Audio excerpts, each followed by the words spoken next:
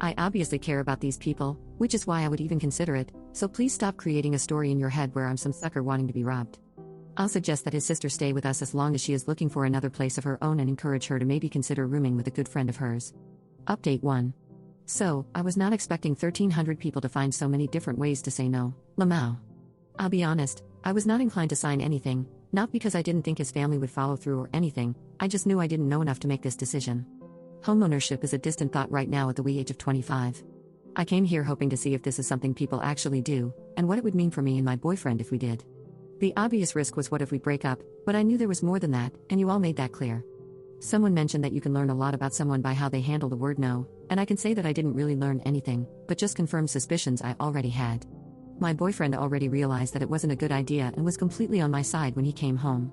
It just stunted too much of our own opportunities for the future, so we were both on the same page about it, thank God.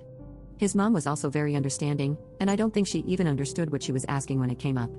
After my boyfriend explained it to her, she told his dad, who is not his bio dad or even his stepdad, just his mom's longtime boyfriend. This matters for the next part, because his dad did not take it very well. Before any of this, my boyfriend's parents told him they would help him improve his credit so he could take out the loan for the house. They'd help pay off his credit card and obviously front the money for the down payment. And they said even if we didn't help with the house, they'd still do that since he's helped so much already. Here are just some of the things he did for them. He coordinated with the Red Cross to get them assistance after the fire, helped wrangle the cats, housed the cats and his family, and went with them to the realtor. As I suspected, though, once we made it clear that it was not happening with the mortgage and how it would damage our future chances at a home for ourselves, his dad wasn't happy. When his mom asked if they would still pay my boyfriend's credit card, his dad said no. He didn't help us, so we won't help him, is how he put it, apparently.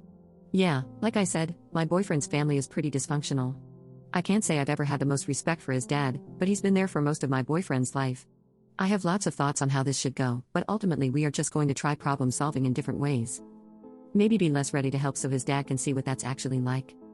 Also, a note to all of you as a collective, I understand that the world is full of cruel people, but I think a lot of you miss the context of this situation when you cast judgment on his family's intentions. This is a family who has been displaced in a house fire. They are immigrants who aren't completely and perfectly savvy with all of the logistics of buying a home. The reality for a lot of immigrants is that they do rush into terrible solutions because they don't always think they have another option. They know they have fewer resources because they lack citizen status, and it's not uncommon for children to help their parents in extreme ways.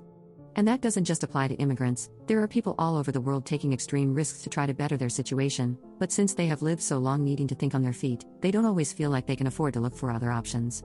All that to say, practice a bit more compassion. I understand that this was too much of a risk for myself, but that's not going to stop me from helping them where I can.